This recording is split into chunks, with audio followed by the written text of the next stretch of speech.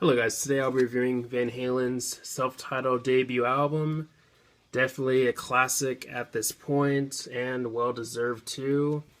It is also one of their best-selling albums too. I believe the album has sold over 10 million copies. Definitely well-earned, definitely well-deserved. And it's also regarded as one of their best. And I definitely agree 100%. It is my second favorite Van Halen album. Fair Warning is my number one favorite, which might be an unpopular opinion, but I've always really loved that album, and it's definitely one of my favorite albums of all time. I don't know what it is about Fair Warning, but I absolutely love that album. But anyways, back to this album. Let's go ahead and dive into it. The album starts off with Running with the Devil, and the song starts off with these car horn sounds, eventually leading into a bass rhythm, leading into, of course, some guitar, and eventually the first verse. And I also think the chorus is pretty catchy and memorable.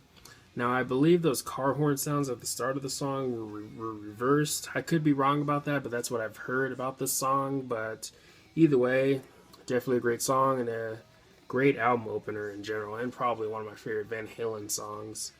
But then we get to the iconic Eruption, which is a guitar solo instrumental, and the song was actually, well, it actually started off as a warm-up exercise for Eddie Van Halen. I did not know that until today, so that was definitely cool to learn. And the song also introduced the technique of two-handed tapping, which is a technique for guitar players. And the song is regarded as one of the greatest guitar solos, and for good reason.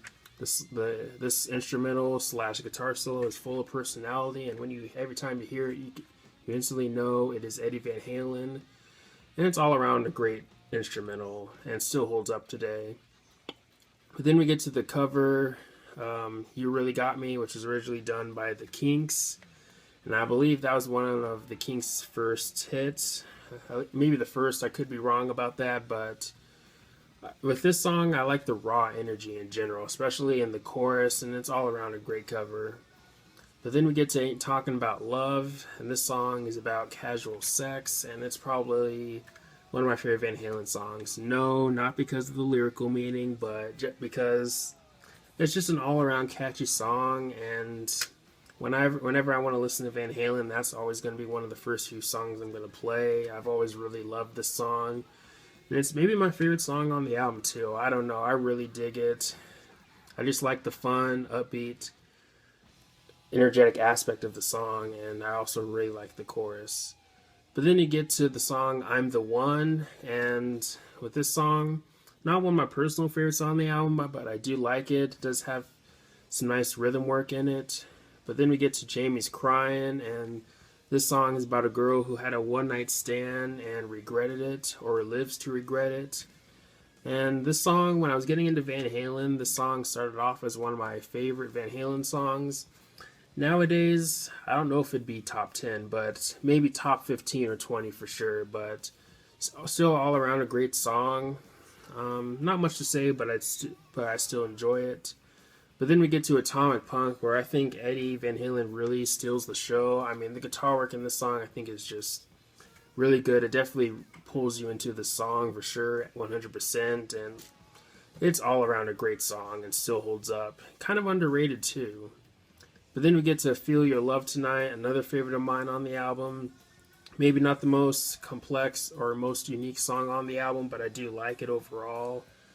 But then you get to Little Dreamer, not one of my personal favorites, but I do like it. And then we have Ice Cream Man, and this song, kind of a unique song on the album, due to maybe its rhythm work and maybe the overall approach of the song. I don't know, or approach musically, but overall, I do like the song, kind of underrated too.